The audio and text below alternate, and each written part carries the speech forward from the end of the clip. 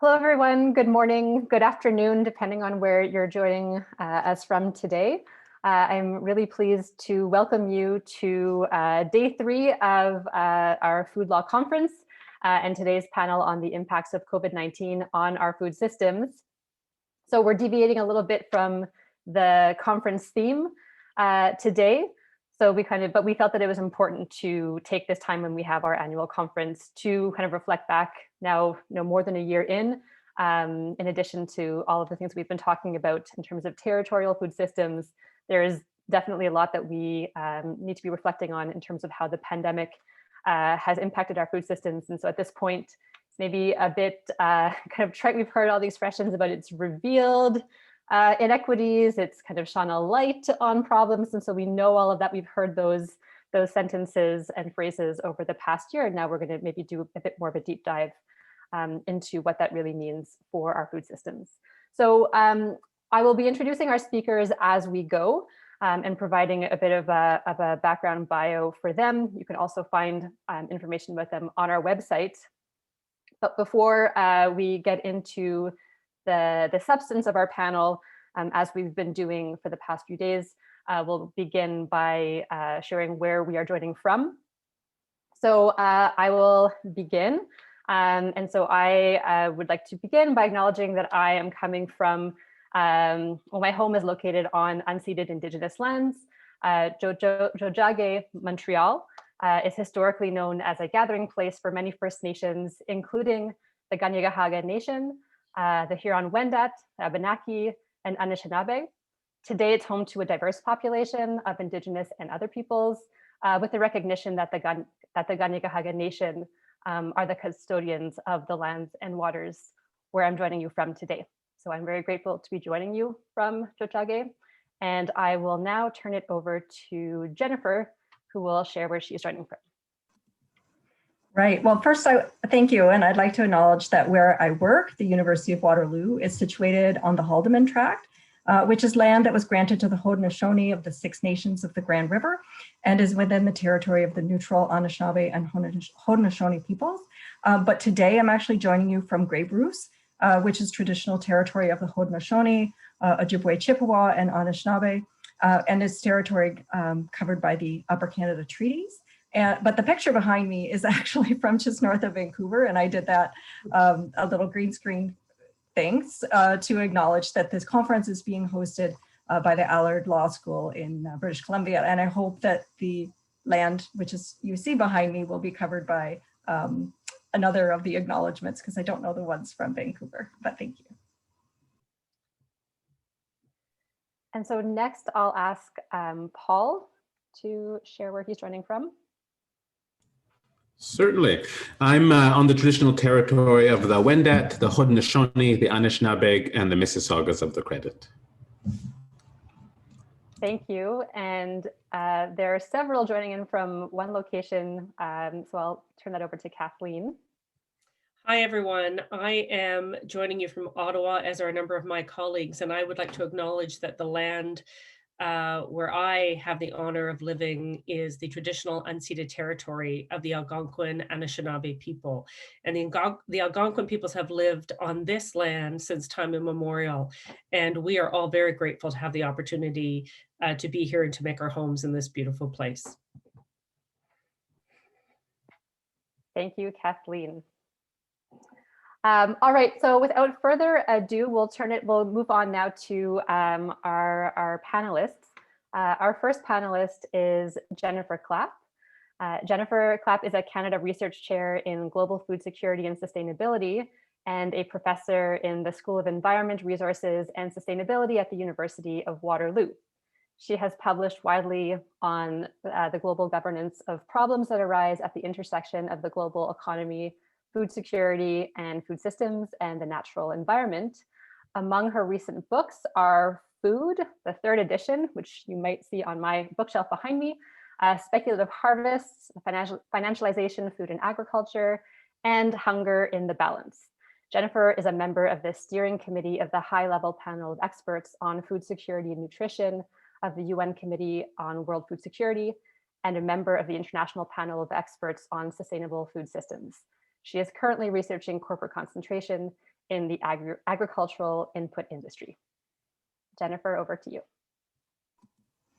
Thanks very much, Sarah. And I'd just like to say I'm really happy to be here today to talk about the impacts of COVID-19 on food security and nutrition. And in my presentation, which I will share my screen now, I'm going to be taking a global outlook on this issue. And I'd like to say that some of the ideas from this presentation emerge from work that I've done with the high-level panel of experts on food security and nutrition on the issue of COVID-19 and food security in a global context. Okay, so just to start out, just to say that the context in which we're talking, and as Sarah mentioned, it's been over a year into the pandemic now, but the situation, I would say, is still fluid and quite dynamic and is very, very complex. But the situation even before the pandemic broke out was already quite dire.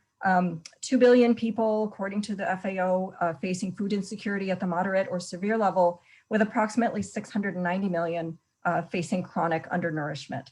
Now, in the past year, the World Food Programme estimates that around 111 million additional people are experiencing acute food insecurity as a result of what's gone on with the pandemic in the past year. And really just to say this underlines the urgent need to build more resilient food systems going forward in the face of not just this crisis, but future crises as well.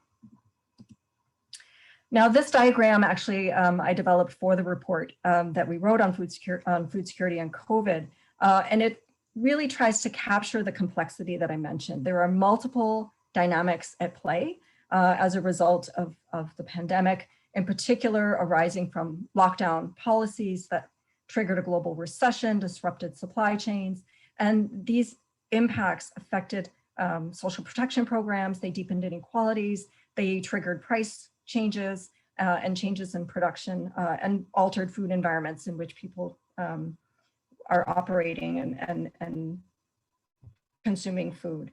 And the effects of these dynamics have been different in different locations depending on the way in which the pandemic unfolded.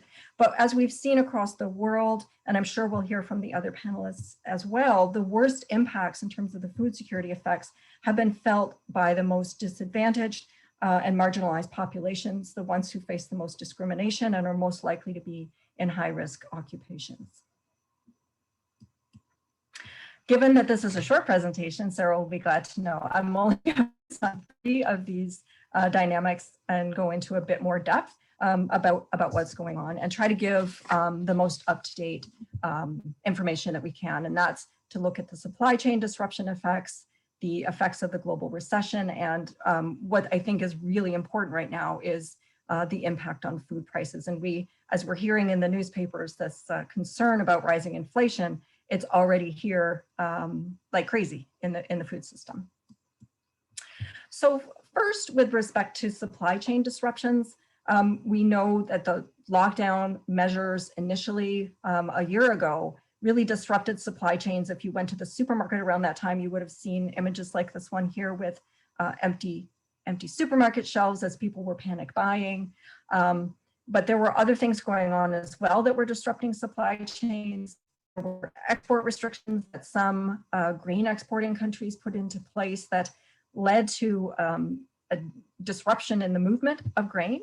And that affected in particular countries that were reliant on imported foods, and it led to higher prices for those staple grains. Many of those export restrictions have now lifted, but there's no guarantee that they won't be put back again depending on how things unfold. Hopefully that will be unlikely.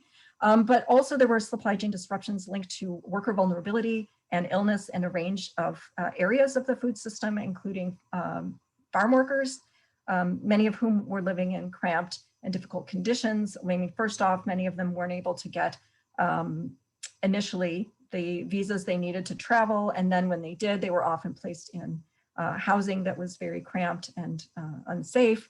And this led to disruptions at the farm level. But there were also disruptions in other places, such as we know, meatpacking plants. I know Sarah's done work on this as well, where people working in close conditions often were becoming ill. So there were multiple ways in which supply chains were disrupted.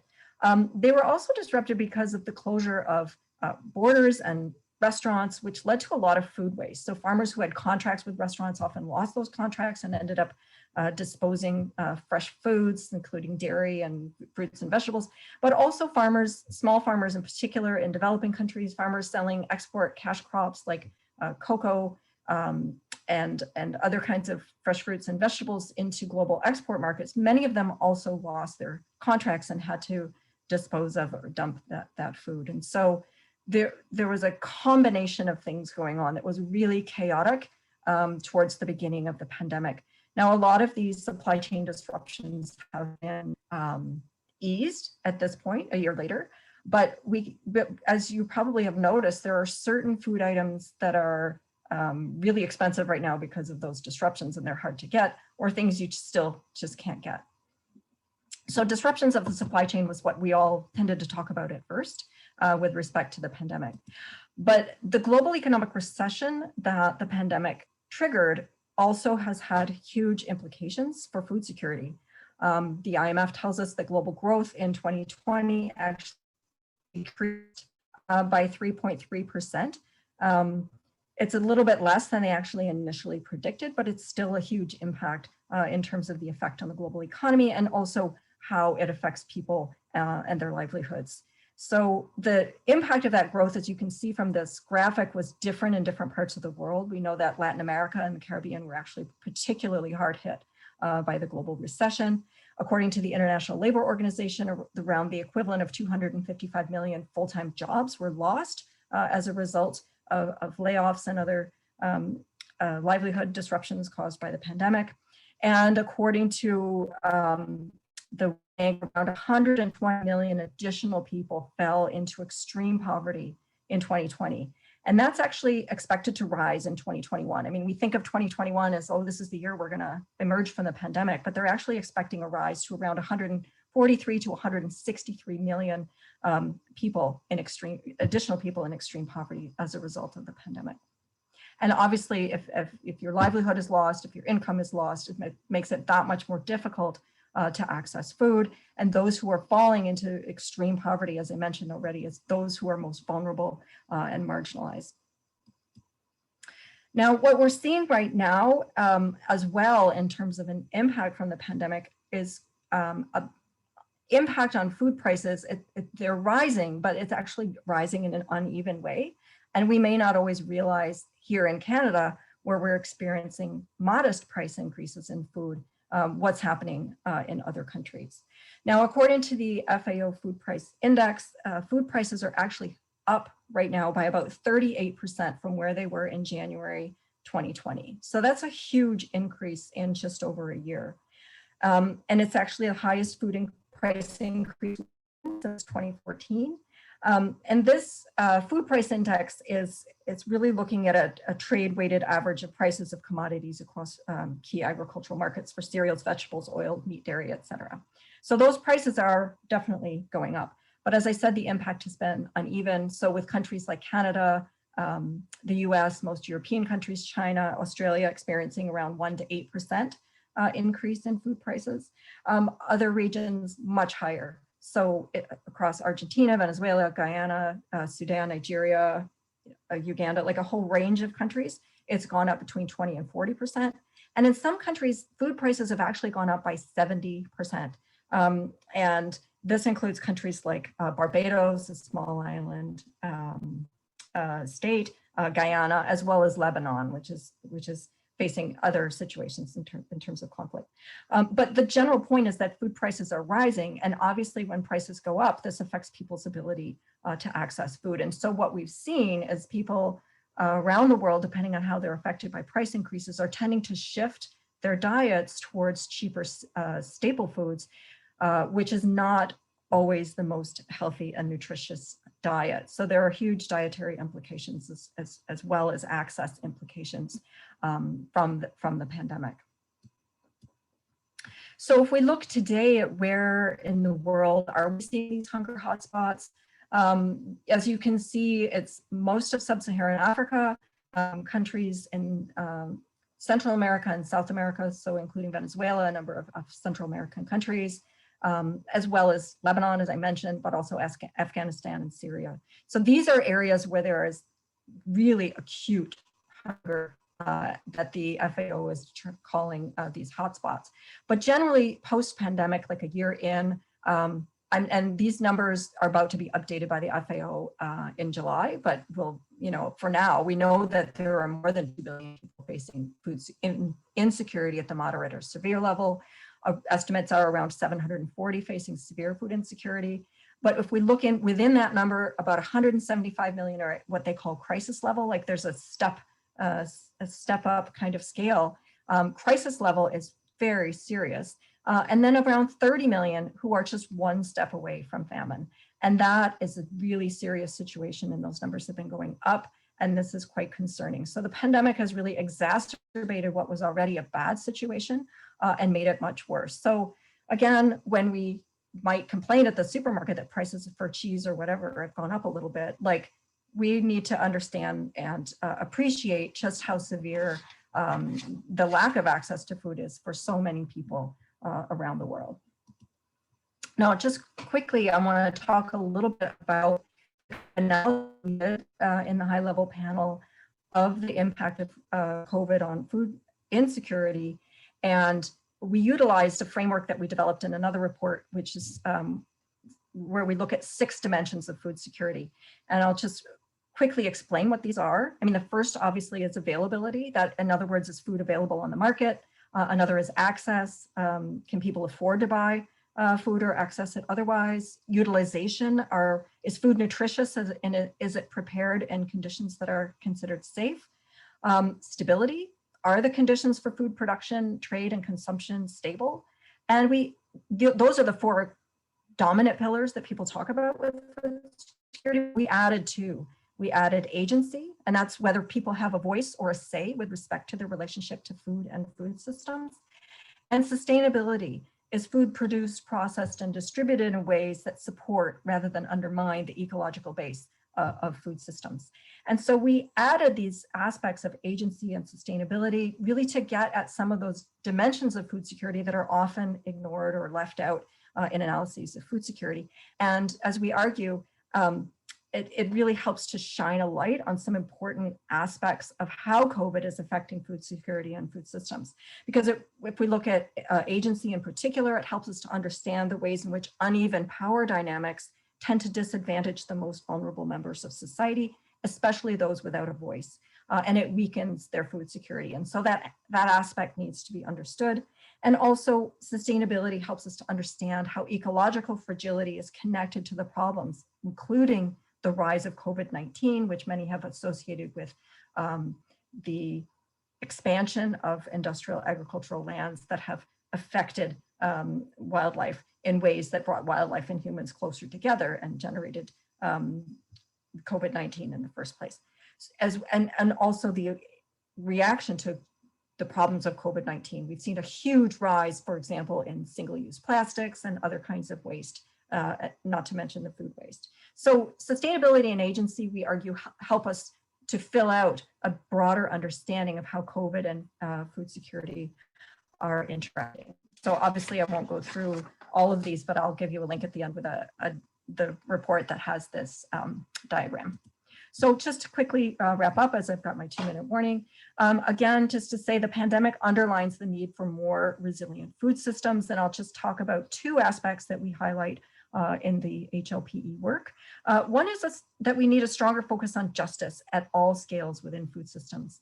We need to have more and better social protection for the most vulnerable people, but we also need protections for food system workers, and especially those who are the most vulnerable and marginalized.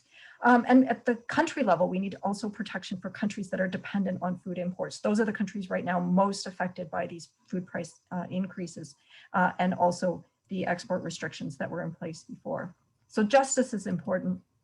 And also we focus on diversity. We need a greater diversity within food systems, greater diversity in terms of production systems that promote ecological and nutritional diversity. And here the high-level panel tends to focus quite a bit on agroecology and other forms of sustainable production that can really help to build resilience into food systems. and also more diverse supply chains, including support for territorial markets, meaning markets at the sort of regional and local scale, as well as markets and production and processing systems that support small scale diverse food producers and distributors. So with that, I'll just end and say thank you. But if you'd like further information, I just put up here some slides of a recent publication with a colleague from the high-level panel published in the Journal of Peasant Studies, as well as our report from the high-level panel of experts. And with that, I will stop sharing and say thank you. Thank you, Jennifer. And sorry, I mean, I'm being strict with time, but mainly because we want to leave time at the end for your questions. And so actually, I'll make a note now. If you have questions for our speakers, there's a Q&A at the end. But if you want to start, putting them in the chat, you're welcome to do that as well. And we can kind of make note of them as we go along to then repeat them at the end. So our next speaker is Paul Taylor. Paul is the Executive Director of FoodShare Toronto and a lifelong anti-poverty activist. He also teaches at Simon Fraser University and is a regular political commentator on CTV and has written numerous op-eds and columns on various social issues. Growing up materially poor in Toronto has inspired Paul to commit his life to doing what he can do to dismantle the systems and harmful organizing principles that cause and uphold poverty, food insecurity, and wealth inequality, including racism, white supremacy, and neoliberalism. In 2020, Paul was named one of Canada's top 40 under 40, one of Toronto Life's 50 most influential Torontonians, and voted as best activist by Now magazine readers. So I'll turn it over to Paul.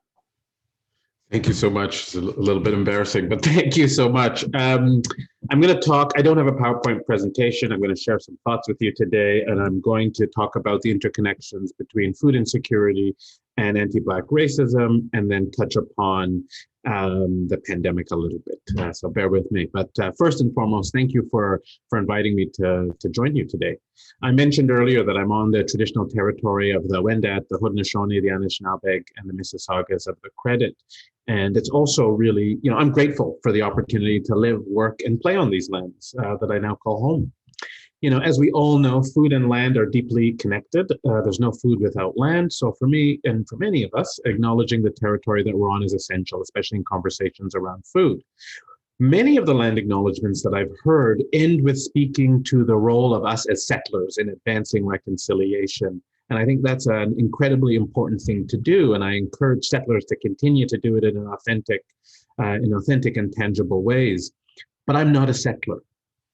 My ancestors didn't choose to come here. My ancestors were stolen from their homes, their families, their communities, and then locked in chains, loaded onto boats, and brought to Turtle Island against their will, a land that they had never been to, nor had they asked to come to. So I've come to realize that struggles for Indigenous sovereignty and Black liberation are deeply and inextricably linked. So as a Black person on this land, I recognize the importance of supporting Indigenous sovereignty with just as much vigor as I seek to advance Black liberation, and to do so with a deep respect for the histories of oppression and exploitation that we've collectively endured as a result of settler colonialism, white supremacy, and capitalism. All things that continue to inform the modern industrial food system. In fact, they are the organizing principles and foundation for this modern industrial food system. It's stolen people farming on stolen land. It's also the basis for our much celebrated local food. The campaigns and initiatives focused on highlighting local food are omnipresent. But do we ever consider the foods that First Nations, Métis, and Inuit people hunted, gathered, and grew in abundance and sustainably in collaboration with the land way before Europeans arrived? What about the food that my African ancestors enjoyed and celebrated in our Indigenous communities? In many ways, we have been separated from that food, our ability to grow it ourselves, and certainly our ability to celebrate it the way many people celebrate, enjoy, and claim local food. Food justice, the lens that FoodShare, where I work, is committed to, inspires us to think about these realities every time we're engaged in conversations, especially uncritical conversations about food, including conversations around local food, farmers markets, and land. It also pushes us to recognize the continued harm inflicted by the modern industrial food system on our communities, on the planet, and on people across the globe. So for us, addressing food inequities in countries like Canada can no longer be about handing out donated tins of tuna or peanut butter or other forms of corporate waste. The systems that cause people to be poor and food insecure need to be addressed in ways beyond relegating low-income people to compost bin status.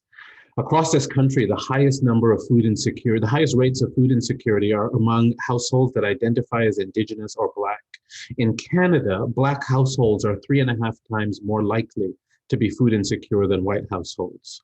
Almost 50% of the population of Nunavut lives in a food insecure household.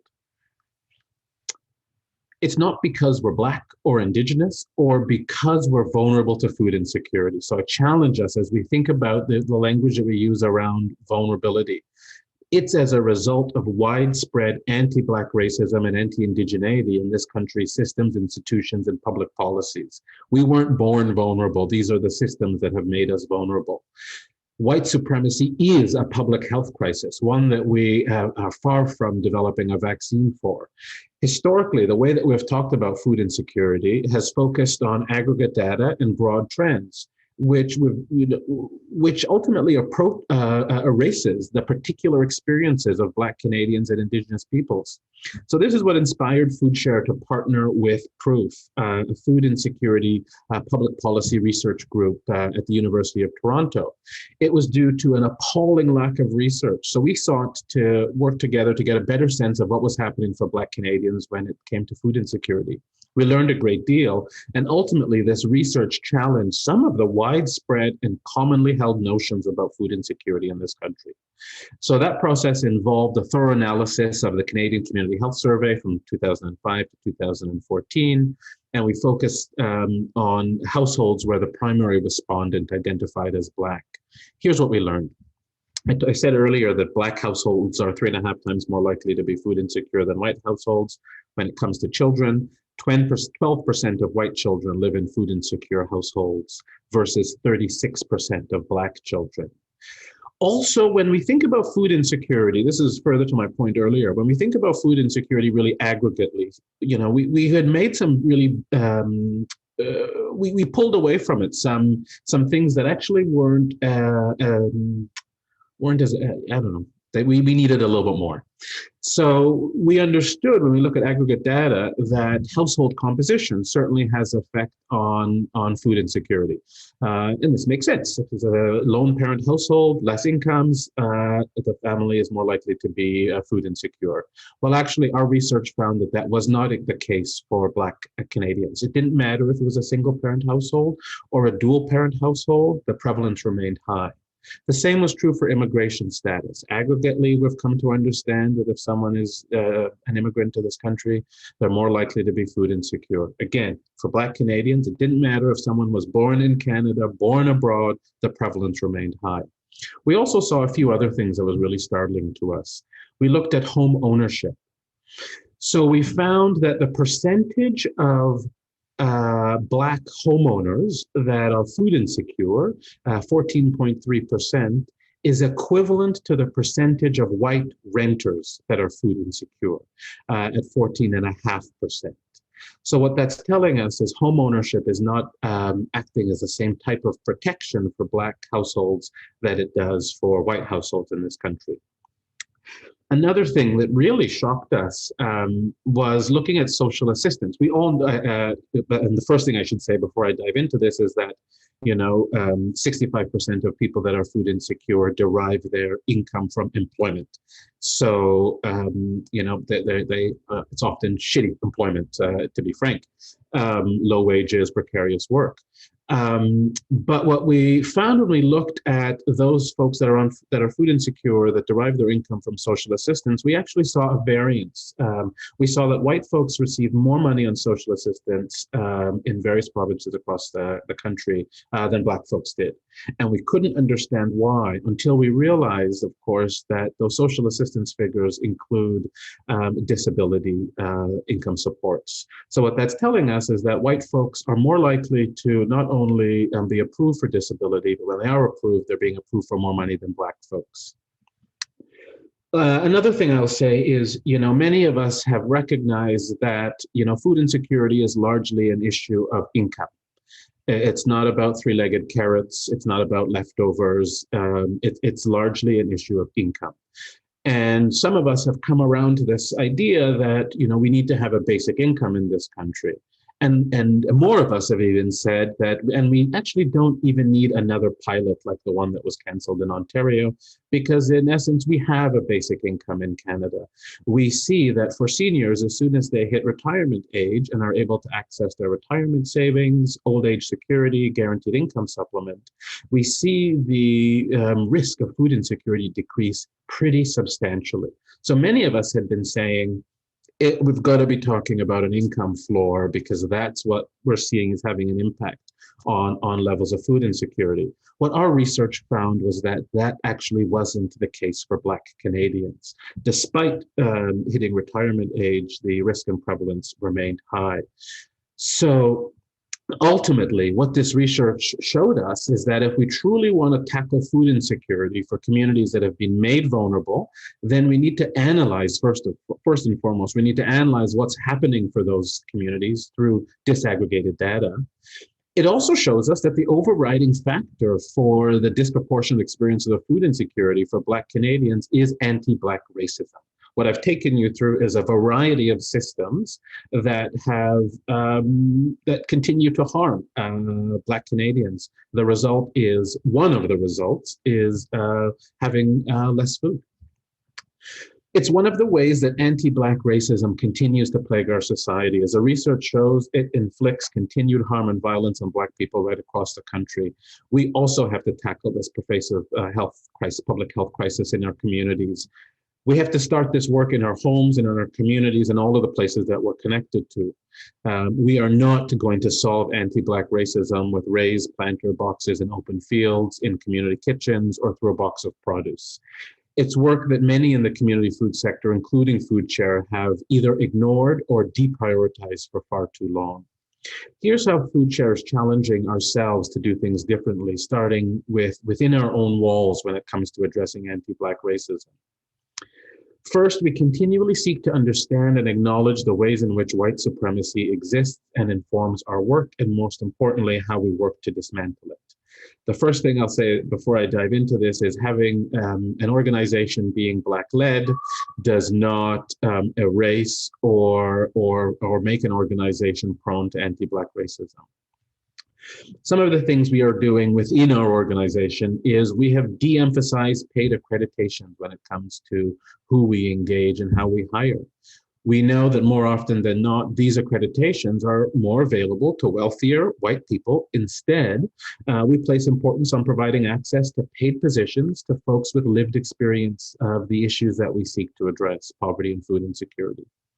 Another way that we do this is through an anonymized resume application process.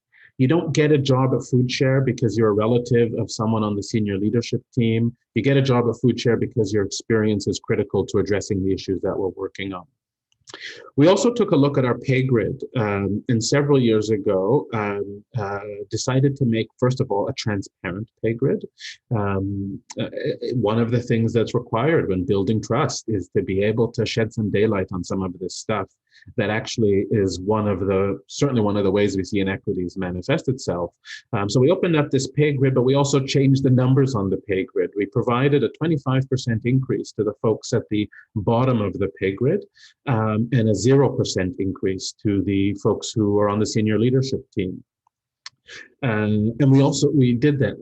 We did that because we recognize that, in our food system, whether it's migrant agricultural workers, whether it's grocery store workers, whether it's folks delivering food, the lowest paid people are more likely to be Black and brown racialized folks. So our interventions around tackling racism is not a one-day workshop. We have to look at these things internally. So that's what we've done, because food organizations and charities are no different.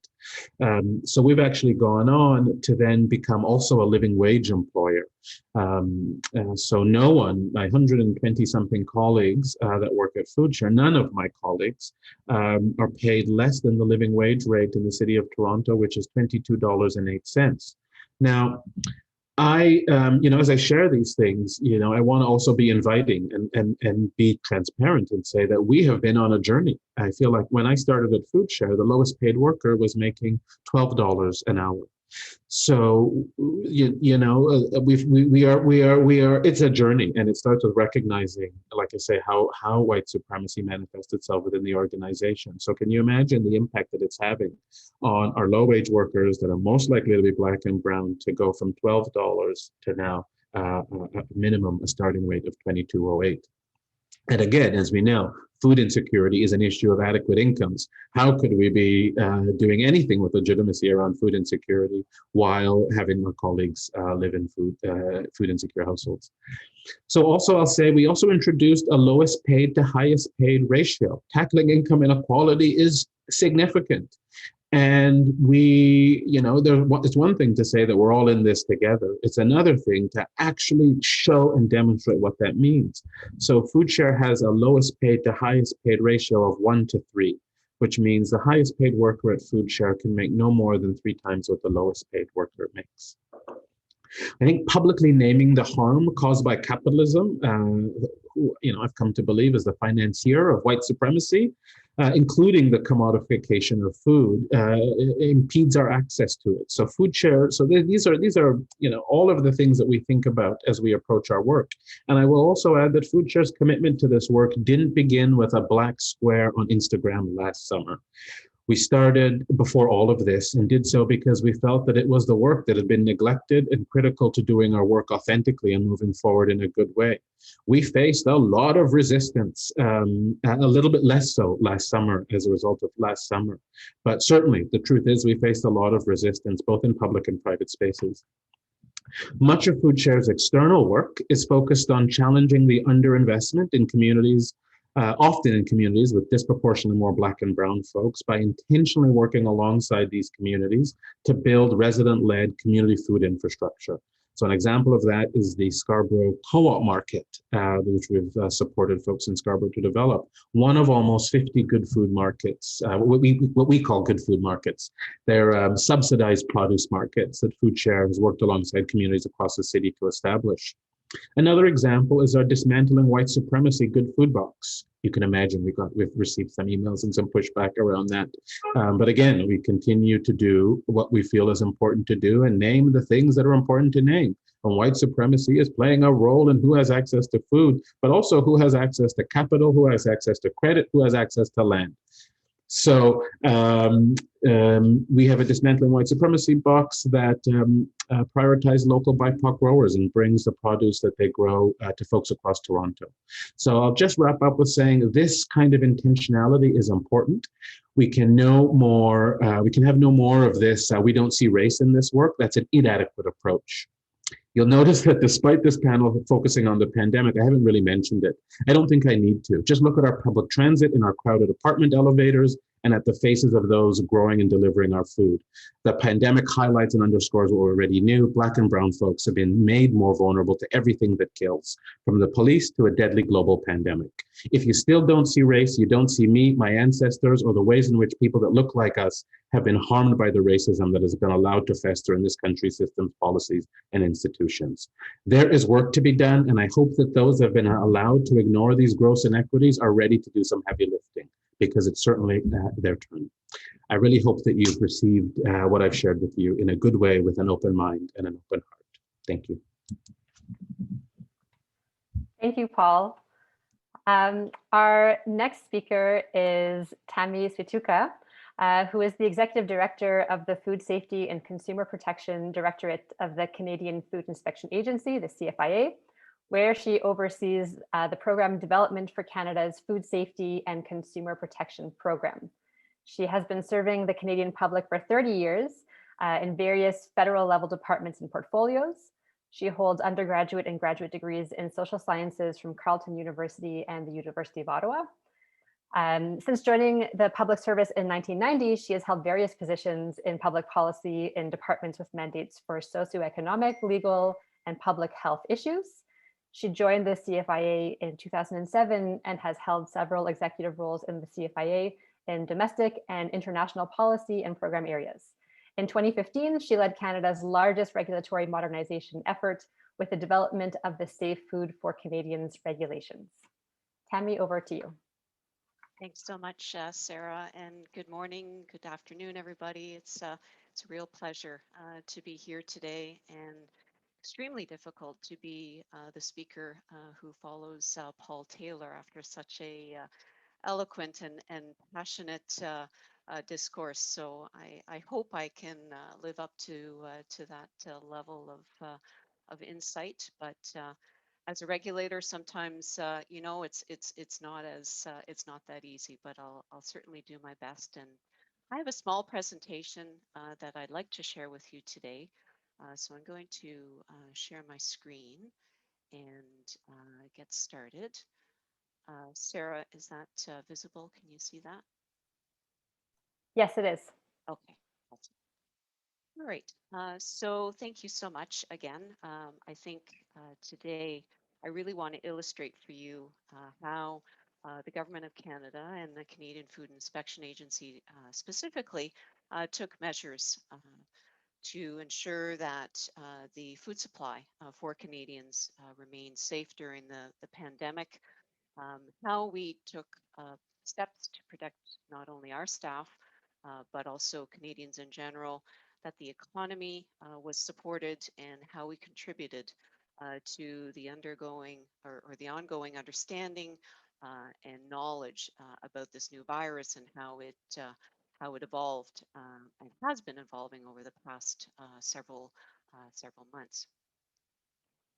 So as you can see, it's something that we very much consider to be part of our mandate in terms of protecting the food supply chain in Canada, and making sure that the health and well-being of Canadians was always paramount.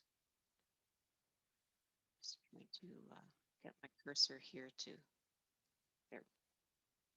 Sorry, there we go. So very early on, back in March of 2020, we had to act very quickly and decisively to keep delivering critical services. So the food supply chain in Canada was kept safe. We also had to do our part to protect Canadians who worked in these essential services and our employees as well. And being very used to operating in emergency situations, we activated our emergency plan immediately, and we had to prioritize everything that we did because we were facing an extraordinary situation. And we put emphasis on some very, very high risk activities that were critical to protecting Canadians. And this included, as you can see on the slide, activities such as the continuation of all of our investigation and recalls, the emergency response that we needed to do in terms of animal disease investigations, export certification in order to keep the economy rolling for Canadian producers who were exporting to other countries. Lab testing had to continue. We needed to maintain a critical capacity to be able to ensure that our surveillance methods were not compromised. And so all of this done to keep the economy going. All this done was, of course, based on risk. We knew that with a very critical supply of employees to do this work, everything had to be done on risk evaluation. And of course, we were always guided by the principles and by the guidance that was provided by the Public Health Agency of Canada, as well as all the local health authorities who were working the front lines in terms of the outbreak. So recognizing the impact that all the lockdowns in early days of the pandemic had, and the spread of the pandemic in the essential services, in food production, in food service, we needed to act quickly so to avoid any situations of food waste, food shortages. And we took steps to do a number of things, as you can see on this slide.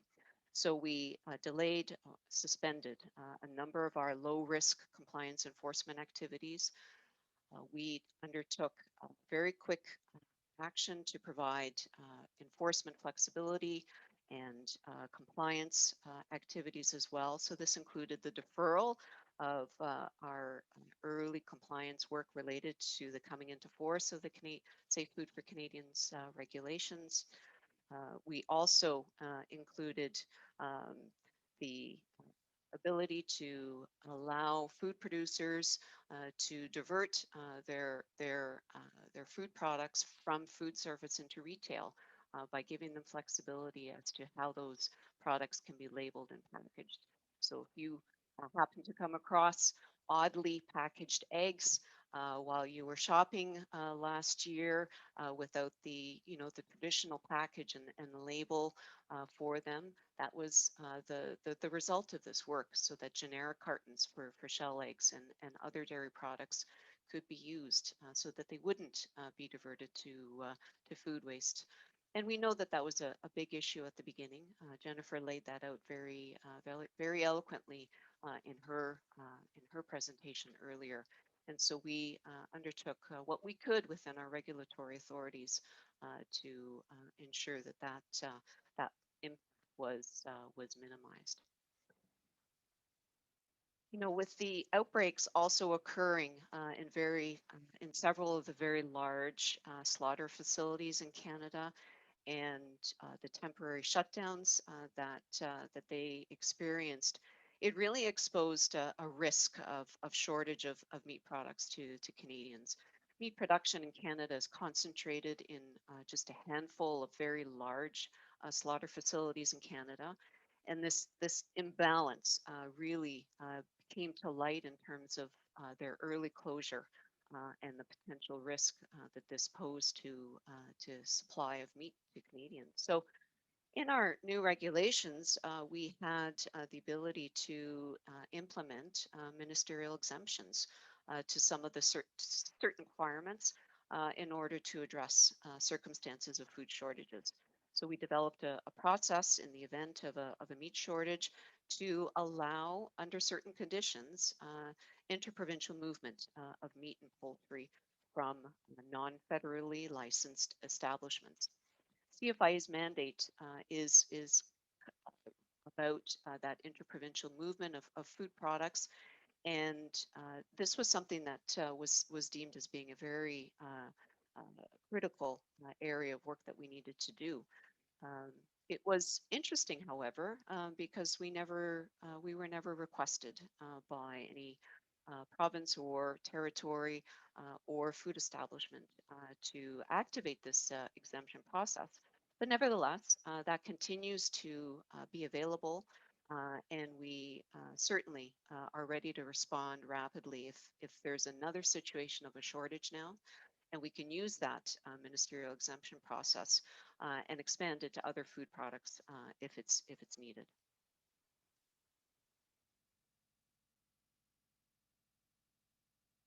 Sorry, I'm having trouble. Here we go. Interestingly, we were also very active in the research and the scientific discovery of COVID-19 in terms of its prevalence within the animal health world as well. And at the beginning, we all know that there was a lot of uncertainty with respect to the mode of transmission of the virus. And CFIA was active in doing quite a bit of research to look at the potential for transmission through food and food animals. Of course, there was a lot of fear, a lot of panic almost in early days with respect to, is food a vector for the virus? And, will I get sick if I eat contaminated food? Well, I think we were quick to dismiss many of those fears by doing some very interesting research, and the link or the non-link, if you want to call it that, to animals, especially in poultry and in pork products, really helped sort of calm that anxiety and that fear with respect to the transmission of the virus. We also played an active role in terms of vaccine research as it played in terms of animal health and protecting the food supply that way. And we, continue to conduct studies with international counterparts and international networks of experts to really understand the susceptibility of different animal species to COVID-19 and to develop ways to quickly identify mitigation measures. One of our most recent activities is related to, certain species like mink who have a very high risk of transmitting the COVID-19 virus. So all of this being done in real time with CFIA's experts.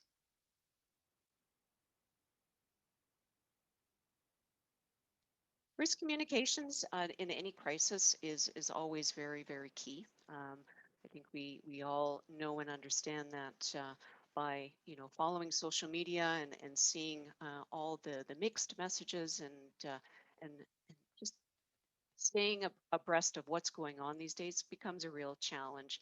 And from the very beginning, we've always aligned our messaging with the World Health Organization and ensuring that our communications are clear, simple to understand by Canadians, so that there's no misconception with respect to their risk in terms of food safety. We also placed a big emphasis on keeping the lines of communication open between ourselves and the food industry.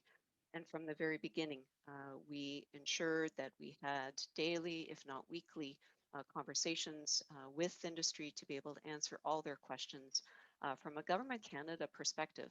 So we were joined by representatives not only from our agency, but from the Public Health Agency, Agriculture and Agri-Food, Global Affairs, all to ensure that on a daily basis we were sharing information with food producers across Canada and listen to their concerns in real time. Pleased to say that these meetings are still in place. They happen on a bi-weekly basis and cover all parts of the Canadian government response. The government also provided us with additional funding to ensure that we could continue our delivery of critical services. Last year, we received an additional $20 million to enhance our inspection presence so that we could alleviate any backlogs that were happening in those meat establishments. And I'm really pleased to say that that money was renewed this year for an additional year so that we could continue to provide our inspection services beyond the first year of the pandemic. Like other countries, we had to find ways of doing things differently, and we were successful in terms of looking at innovative ways to do inspection by our frontline staff. Technology certainly played a big role in that. And we're now reflecting upon all of that to see how we can continue innovating and making sure that those become part of our day-to-day delivery of services. And so some areas that we're thinking about are, the use of new digital tools by our staff through the use of technology. So very interesting pilot projects using tools like Google Glasses and the HoloLens and drones, mobile tools. All of those are now being used a bit more frequently in all of our inspection activities. We certainly took advantage of the last 14 months to expand our digital presence as well. So more and more CFI services are being offered digitally to Canadians and to industry to ensure that information and support is provided 24/7. And of course, we continue to look at various regulatory and legal flexibilities that we can continue to offer beyond the pandemic. I think what we've learned over the last 14 months is that we have the ability to provide that flex when needed. Yet we can continue to do that while still protecting Canadians and ensuring food safety for all. So thank you very much. I'm going to stop there and provide the opportunity for the other panelists to share other perspectives. Thanks. Thank you, Tammy. Before our final panelist begins, I just wanted to remind you that if you have comments or questions, you can put them in the chat. We should probably have around 15 minutes if our timing goes well for questions. So if you want to start populating the chat, you're welcome to. If not, we'll take questions live when we're done. And so now, last but certainly not least, is Kathleen Sullivan, who's the CEO of Food and Beverage Canada, Aliments et Boissons Canada, the national association representing Canada's food and beverage manufacturers. Food and beverage manufacturing is one of Canada's most important industries. Found in every province and region, the sector plays a critical role in contributing to Canada's food sovereignty and economic well-being, and in supporting the country's primary agriculture sector and international trade objectives. The industry is Canada's largest manufacturing employer with almost 300,000 workers. Kathleen has over 20 years of experience in the agriculture and food sectors as an industry association executive, public affairs practitioner, and agri-food trade policy specialist. She has a Bachelor of Commerce degree from Ottawa's Carleton University and a Bachelor of Laws from Western University in London. And absent from her bio is the fact that she is also a board member of the Canadian Association of Food Law and Policy. We met last year at last year's conference, and since then she's been a real wealth of information to our association. So I think it's important to highlight that as well. So I'll turn it now over to Kathleen. Thanks, Sarah. And I think most importantly is to make sure my slides are showing, because I'm the least technological person, I'm sure, at the conference. So is that up Everything's there? working, yeah. Okay, perfect. So it's really great to be here and talk to all of you. I'm taking a slightly different approach to this. And what I really want to talk about is sort of from an operations standpoint, how does one keep a food system going when suddenly you're faced with a crisis that you really knew nothing about and didn't see coming. So I really want to start by talking about what Canada's food system looks like. This is a cute little diagram that we use, and I just want to explain, and I know for some of you this is going to seem very obvious, but I think it's really important if you want to understand how the system was impacted by COVID-19 to really have a good understanding of how the system is actually organized and works. So obviously at the very start of things, we've got farms, producers. There's about 200 farms across Canada with about 300,000 workers on those farms. Clearly that's an oversimplification in that there's a whole supply chain that takes place before you even get to the farm inputs. But you start with the farm where we see obviously our agriculture products being produced. Good chunk of those agriculture products are going to be exported from Canada right from the farm or from some sort of cooperative, but in commodity form. But the majority of those products are going to go into food and beverage manufacturing. Virtually every product you see in a grocery store, except for some fresh produce, has gone through a food and beverage manufacturing process. So some people think we're just talking about what you might think of as heavily processed foods. That's not the case. Everything, your bread is going through a food and beverage manufacturing plant. Your canola oil or other oils are going through some sort of food and beverage manufacturing plant. Your yeast is coming from a plant. Virtually everything is going through the plant.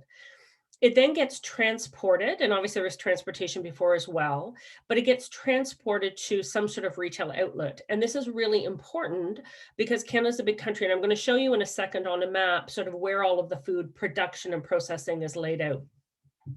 And then we normally sell our food through a variety of different outlets, obviously retail, but we also have restaurants and we have food service. So in past years where we would have met live for a conference, we would have had lunch catered for us from the hotel. And there's a huge food service sector in Canada. And then eventually some of this will get to the home. So COVID hit. And when COVID hit, basically, when you look at this system, you're looking at 200 farms, 8,000 food processing plants, at least 15,000 retail stores, all spread across the country, and about 1 million workers. The vast majority of those workers have to work on site. You can't make food remotely or from home. So all of these people, well, most of us were told to stay home and stay safe. Recall that the vast majority of these people weren't able to stay home and stay safe. They went into work so that the rest of us could eat. And it is very important to know and to recognize that a good vast majority of those people, they're in lower income brackets. Many of them are racialized. And so there'll be a theme here, and you've heard this already in the news, that we have kind of created through COVID or emphasized these kind of different socioeconomic bubbles that we've got in this country. Managers, policymakers, executives were able to work from home and stay safe. But the people, the essential workers in this country who went into work every day so we could stay safe, they were putting themselves at risk. So when COVID hit, the other thing you need to know is that we do not in this country, at either a federal or provincial level, have an emergency plan for the food safety system. If a shock hits this system that's in front of you, it's up to the private parties in the system to figure out how they're going to get through it. There's no task force that says, oh God, the biggest bakery in Canada has gone down. What do we do?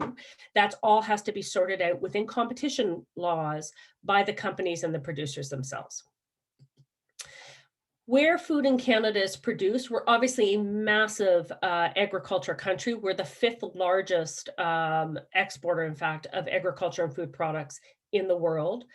And we produce product. This is a map from Agriculture Canada that shows province by province and territory by territory what the main agriculture products are. So in BC, horticulture would be at the top. You've also got dairy, poultry, and eggs. You're going to see dairy, poultry, eggs across the country because of supply management. Alberta, not surprisingly, has a lot of grains and oilseeds. It would have a lot of beef as well. Saskatchewan, grains and oilseeds, et cetera, et cetera. And you can look across the country. The thing is, a lot of that production, although we're producing in every province, it's highly regionalized, right? So Alberta, for example, has a lot of the cattle. Atlantic Canada has a lot of our fish. And so what has to happen if you want sort of a balanced shopping cart across the country is we have to move all that food back and forth. And also really important is that food processing, so where we actually process those products, is largely focused in central Canada. So about 65% of food manufacturing is in Ontario and Quebec. We've got a little less than 20% in British Columbia.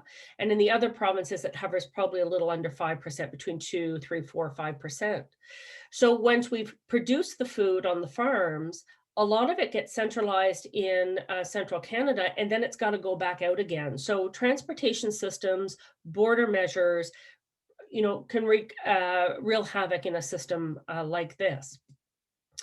When COVID hit, from an operations standpoint, food manufacturing, I'll show you a little later, but the federal government designates 10 sectors in Canada as critical infrastructure, and not surprisingly, food is one of those. So the obvious expectation was that all of the grocery stores, food plants, farms would keep operating through COVID-19, no questions asked. We then, as industry, really had to figure out how do we do that in the face of border closures, stay-at-home orders, social distancing and PPE requirements for safety, restaurant and food service shutdown. I just want to touch on the impact of a couple of those things. So border closures. I said early on, we export about, I'm going to say, 25 to 30% of all of the food that we produce in Canada in either commodity form or in processed form. Once we also import about 30% of the food that we eat here in Canada. We were just like you. We woke up one day and found out the borders were closing. We really had to scramble to find out, will truckers be exempt? Can we still get our inputs in? Can food come in? But it goes beyond that. Can we get the packaging in that we need? Because it's fine to make sour cream, but if you don't have a plastic container to put it in, it can't get to a consumer. So we really had to figure out early on, how are the border closures going to impact on Canada's food supply? And it really became up to industry to almost lobby the federal government to say, we have to be able to get the packaging in, or we can't get the food to consumers. Stay-at-home orders became really critical for us. And what you may not realize was that in the early days of COVID-19, where most of us were being told to stay home and work from home, many of our workers who had to go work in food plants were actually harassed and taunted. Their neighbors did not understand why they were leaving their home to go into workplaces when the order was, in fact, to stay at home. There was no direction provided by the federal government publicly to say, people who work in food manufacturing plants are critical workers. We need them to go into work. Please understand that. In fact, we had to actively lobby the Prime Minister's office, and it wasn't until about 3 months into the pandemic that either the Agriculture Minister or the Prime Minister acknowledged the importance of food workers. Social distancing and PPE. It's important to know that when COVID hit, of course, you'll all recall that the advice we were all given was to socially distance from each other. I'm going to show you some pictures of a food plant, but a lot of food plants, that's a very difficult measure to implement. Food plants are built for food safety. They're built for occupational health and safety, but of course they were never built or designed with a pandemic in mind.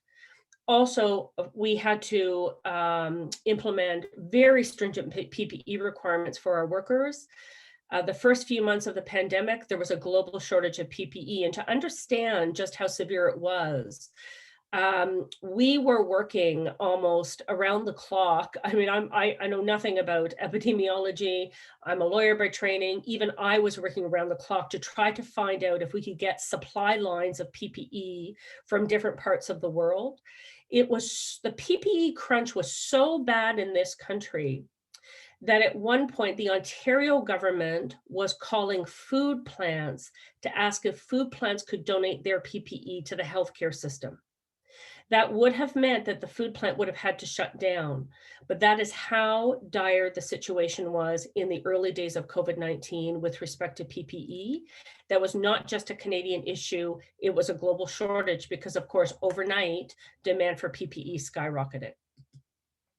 So our job that was given to us essentially by the government was to keep the food plants going.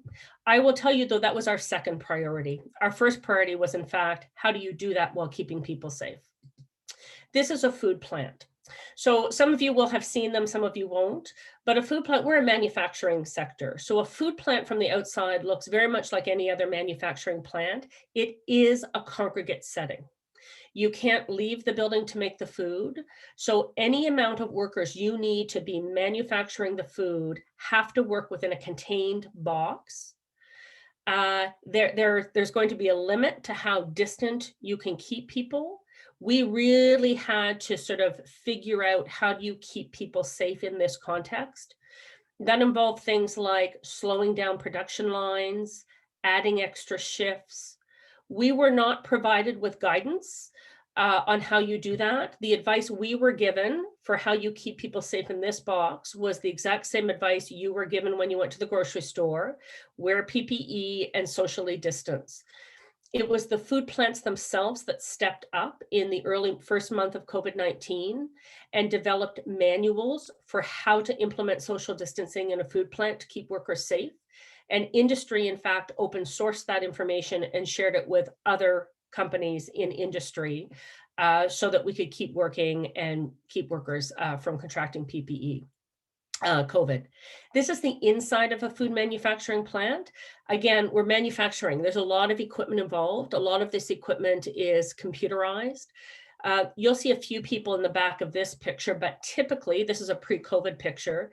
Typically, you're going to see a large number of people on the floor doing different jobs. There's somebody here with some equipment to move pallets. These are probably some quality control people. You would normally see a lot of computer technicians because, as I said, a lot of this equipment is computerized.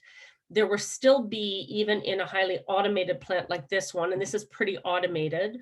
Most plants aren't. And just for context, we have about 8,000 food plants in Canada. 90% of them would be considered small businesses. And you can see here, a lot of the work that we do is manual. So these gentlemen are making a ricotta. They're side by side. This again is pre-COVID. They would now be fully gowned, fully masked. And there you probably see plexiglass barriers between them. If you've seen pictures of the meat plants, which I'm sure you have, you see people even closer together. It's very much like a butcher shop. It's a line of meat cutters and butchers who are very close. And that, of course, has had to change as well. So how do you keep workers safe in this context? First and foremost is PPE, and I told you about the struggles that we had endured just to try to get it. Also, we've had to implement a lot of, we can't reconfigure the plants. As you've seen, it's very heavy equipment that is bolted essentially to the floor and configured in very important ways. So companies have done things like created one directional traffic through the plants. They've created bubbles of workers, so it's the same workers on the same shifts. If you find a COVID case in your plant, for example, the plant does a massive traceback, looking at cameras throughout the plant to see who the worker may have come in contact with. And so you've really had to streamline traffic within the plant. The only way to truly protect workers, though, is through vaccines. And I will tell you that for the past month and a half, the largest food companies in this country have been working flat out, and many still do not have their workers vaccinated.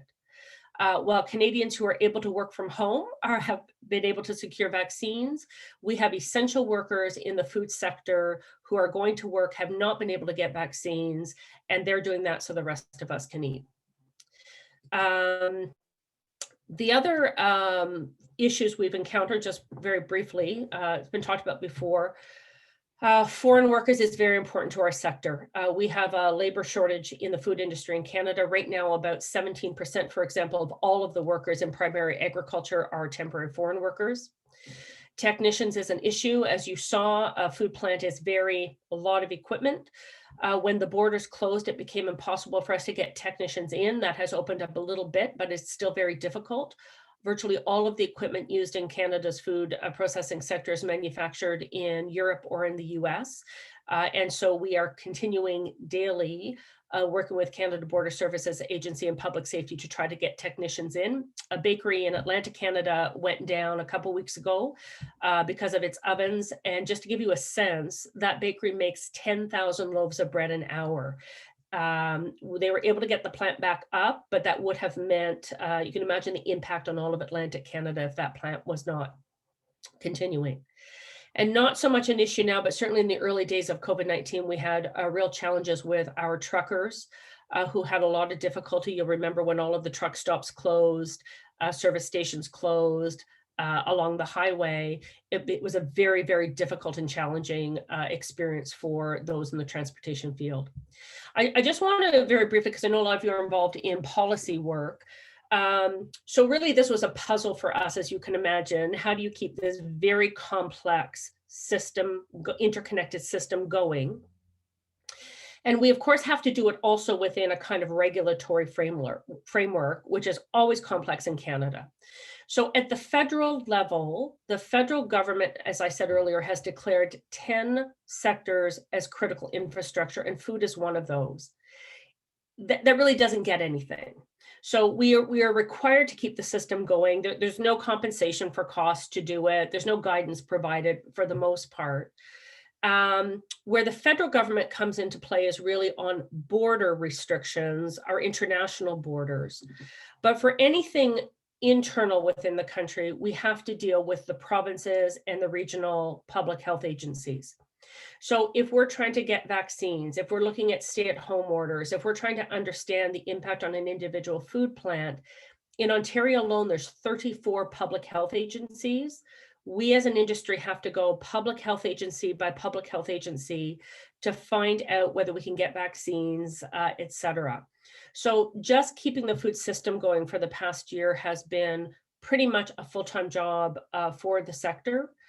It's largely been the only thing that we have been focused on, and it has been a massive undertaking. And I cannot stress enough that the reason the rest of us have been able to continue to eat healthily over the past year is because of those incredible people who got up every day and went to work in these plants, in grocery stores, and on farms to keep us fed. Thank you. Thank you, Kathleen. Okay, so we're going to open it up to questions. And so I think we're going to bring everyone back into spotlight on our speakers. And so, I mean, I have a bunch of questions, but I think what we'll do is maybe we'll use the raise hand function if you have a question for our speakers. To start off, we have 3 questions for Jennifer. And just to make it kind of nicer, maybe I'll ask Dawn, Jeanette, and Lauren if you can ask your question yourself.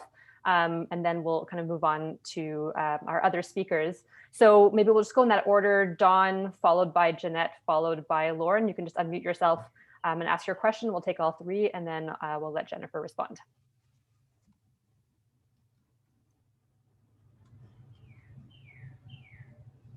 Oh, Dawn, you're on mute. Do we have me now? Yes. All right. Well, I want to say thank you to all of the panelists. There's very, very interesting presentations. And, considering that this is our reality right now, living in COVID, and in many respects, many of us on this conversation have been in a very privileged position, some of us not so much, but it is very interesting to see this from so many different lenses. And I want to thank the presenters for really covering those lenses well. Regulatories, vulnerable communities, international, domestic supply. You really covered the waterfront well. And the question that really came up in my mind was something that Jennifer was talking about. And a lot of the areas internationally where we see food insecurity that have been exacerbated or has been accentuated during COVID are also places where there's some fairly significant conflict and civil strife. And I just wondered if you could provide some insight as to how those two are interplaying and what that means in terms of after, if there's an after COVID, which we hope there is, what that would mean for food security and what the path forward is. Okay, then we'll take Jeanette's question if she's still here. Yes. Great. Excuse me. Thank you very much. Yes, I would echo Dawn's remarks. Excellent, very interesting panel, and loved very much. So I think for me, my question is sort of coming from the perspective of lessons learned. We want to learn from these experiences. And in the 2007-2008 food crisis, I know that was a very different circumstance, but I believe as a result of that, we had the agricultural market information systems that was established to try to provide information to encourage countries from taking a moment before rushing ahead to impose export restrictions. And I know that there were some concerns at the beginning of the COVID crisis that this might happen once again. So I was just wondering if we can say that at least we have learned some lessons from the earlier crisis, and whether you feel that this had an impact this time. Thank you.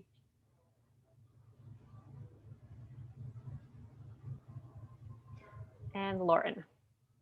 Hello, everyone. The panel really was excellent. And my question is for Jennifer. I found your lens of providing us with a global overview ambitious because the global food system is so complex. And while I enjoy that you gave us just a lay of the land, I'm sure your mind also turns to solutions sometimes. And how do you wrap your mind around the complexity of the food system and ensure that you're not leaving someone or something, as we've also discussed today, out? Should I go ahead, Sarah? Yeah, Yeah. Thank you everyone for those excellent questions. And I'll just take them in order. But responding to Dawn about the role of conflict, I think it's really important to understand that already countries in situations of conflict are more likely to be facing food insecurity, but I didn't want to give, by highlighting those countries where we're seeing the hotspots and that COVID is exacerbated, I don't want to give the impression that those are the only countries or populations experiencing hunger and food insecurity as a result of the pandemic. We've seen a rise in hunger everywhere, and as Paul eloquently pointed out, it's often racialized communities who are facing most of that hunger and food insecurity, and the pandemic has really exacerbated. However, in terms of conflict, as you discussed, I mean, the reasons that conflict are associated with food insecurity are some of the same reasons that COVID is associated with food insecurity, where we're seeing disruption of trade, disruption of production, a loss of life, a loss of assets, discrimination, displacement. And so when we're combining the situation of conflict with the situation of COVID, it's just made it that much worse. And so those countries experiencing conflict definitely most affected right now, and particular in terms of COVID exacerbating it. But in terms of addressing those situations, this is one of the issues that we highlight in our recent report of the high-level panel on food security and nutrition, which is a report called Food Security and Nutrition, Building a Global Narrative Towards 2030. It's all about how do we meet SDG 2, which is to end hunger. And in that report, we really highlight the need for solutions to be context specific, and in particular to take the unique circumstances, especially in conflict situations, into account, because it's all well and good to sort of talk about how we need to restructure food systems generally, but if we don't understand the unique circumstances in particular countries facing, those hotspots facing crisis situations, we'll miss out on things. So I think it's important, definitely important to understand. The next question on the agricultural market information system, thank you for that question. It's a good question as well. And I think you're right in some ways that the establishment of the agricultural market information system probably did help to reduce the incidence and length of export restrictions that countries were putting into place. However, they were still put into place by certain key countries that are exporting grains. So although AMIS might be useful in helping to share information around, it also wasn't perfect. And so we need to be aware of that. But in terms of the food price rises right now, the export restrictions have largely been lifted, and now we're seeing these food price increases. And it's a result of a set of complicated processes. Some of it's associated with the value of the US dollar. So agricultural commodities are denominated in US dollars. And if the dollar value falls, it actually tends to bring up commodity prices higher. It's combined with freight. I'm sure we all read the stories in the news about the shortage of freight because of the pandemic, difficulties in moving food around the world, and we've become so dependent on food trade. And Kathleen really pointed that out. But right now, globally, around 25% of all food crosses a border. And so if it's crossing a border and freight prices are going up, that's going to go up. And then the localized food price increases in certain countries also has a lot to do with the value of their currencies, whether the country's in debt. So these power imbalances in the global economy help to explain how and why it is that some parts of the world are experiencing these price increases much more dramatically than other parts. So it's a different set of factors than the previous crisis, but some of the same kind of mechanisms, especially with regard to currency values. And the final question, how do we address solutions without leaving someone or something out? I think that's a really important question. And I think for myself, and where we start in the high-level panel of experts on food security and nutrition, is to think about where are there power imbalances in the world, and how do we transform food systems in ways that shift those power balances back to being more equitable and less discriminatory. And so, of course, there's no one solution that's going to work everywhere. And that's why we really do talk about the need for context-specific solutions alongside major transformations in terms of the power dynamics. And that's why we added this concept of agency into saying that that's actually really important for food security, whether people have a voice in shaping their relationship to food and their relationship to food systems. So as Paul pointed out, many people, because of those power imbalances, often caused by racism and discrimination, they don't have a voice the same extent that others might have a voice. And so they lack that power in the food system. And so I think the key to addressing transformation in food system is to address those power imbalances as best we can, and be that with changing economic structures or addressing white supremacy and racism. All of those strategies need to be undertaken to overturn those, very imbalanced power relationships within food systems. And I probably talked too much, so I'll stop there. Thanks, Jennifer. I'm getting like palpitations. I'm seeing we're getting close to the end, and I have my own questions that I want to ask our panelists.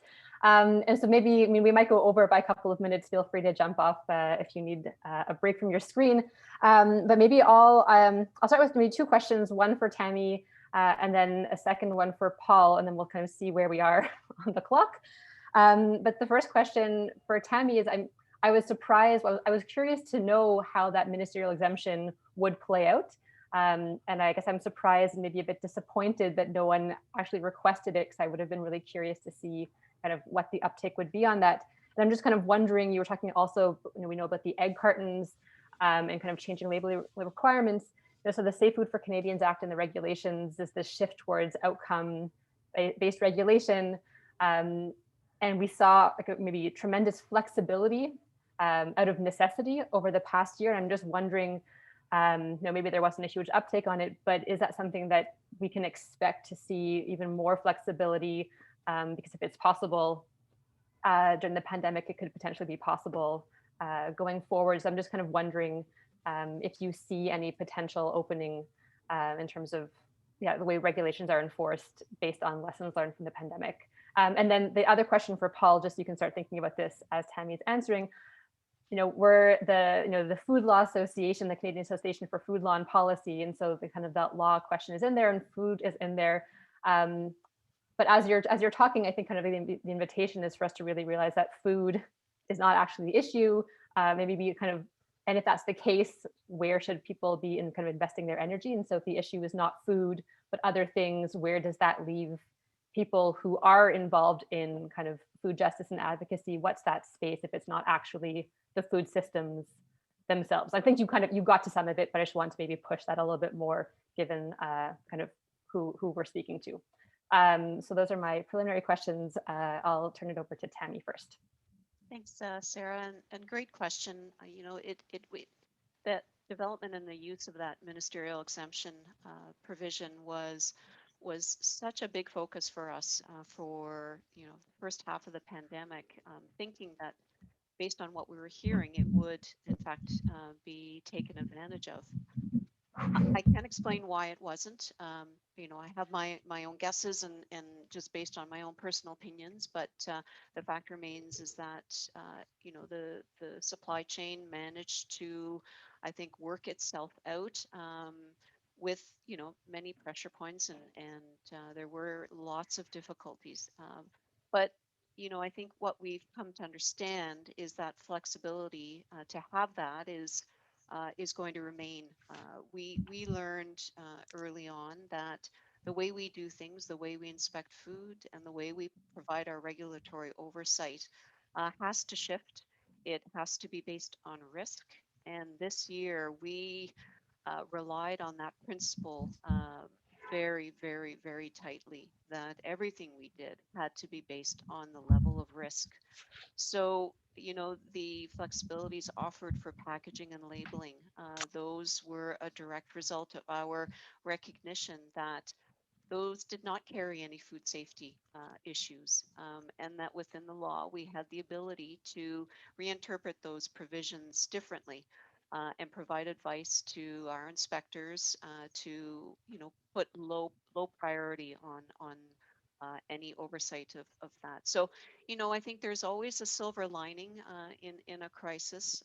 And, we've, I think, had many aha moments where we've understood that, our new regulations do offer us the ability to do things differently. And so we are only year 3 into our new law and regulations. And, as we live out the rest of the pandemic and move on, I think in future years when we go back and open up the regs and take a look at what happened over the last year and a half, I think we will have that opportunity to apply those. But we don't have to make reg changes. We were forced in many situations to do things via policy, through reinterpretation, through developing new guidance. And that will always be around for us to do that. We don't need to wait for regulatory changes, and we don't need to go through that cumbersome process. So I think, as I mentioned, that silver lining for us is really living with an extreme circumstance and seeing how far and how nimble the system can be when it's under that amount of stress. Thanks. Okay, and now I'll jump in response to, I think, the question that you posed earlier, as well as Nadia's question in the chat. But I unfortunately have a 1:30 call, so I'm going to drop off after sharing this. But also fortunately, I think actually Jennifer highlighted a lot of where we need to kind of shift our attention towards the end of her speak, and it's really around power and how power is distributed in society. I'm struck by consistently what seems to me that our politicians decide who wins in the economy, and the folks who win the economy decide who our politicians are. So until we can disrupt that kind of cycle and start to prioritize people and planet and things like human rights, I'm not a person to jump and fall in love with one particular policy, as has often been the case these days. People are floating around different policies. I think what we need is a human rights framework that might include things like a income floor, basic income, but it would also include kind of building housing and all of the sorts of things that we need so that people are able to engage in the types of systems and processes that have influence over our lives in a way that is more equitable and more just. Thank you so much for the invitation to join you folks today. I unfortunately have to run. It's been a pleasure. Thanks, Paul. I think we'll honor the time commitments. Kathleen, I'm sure we can talk about this for hours after the conference. And you'd mentioned on a previous call that people can also reach out to you directly if they have kind of questions or comments. So I think we'll leave it there. I'm going to turn it over to Victoria because there are some housekeeping logistical kind of comments before we wrap up. So Victoria, can I hand this over to you now? Actually, no, before we didn't actually properly thank our speakers. So before we get into logistics, I do want to thank our speakers for presenting today on a Saturday, and a beautiful Saturday at that, from where we're kind of calling in from. We really appreciate your time and what you shared with us today. So thank you very much.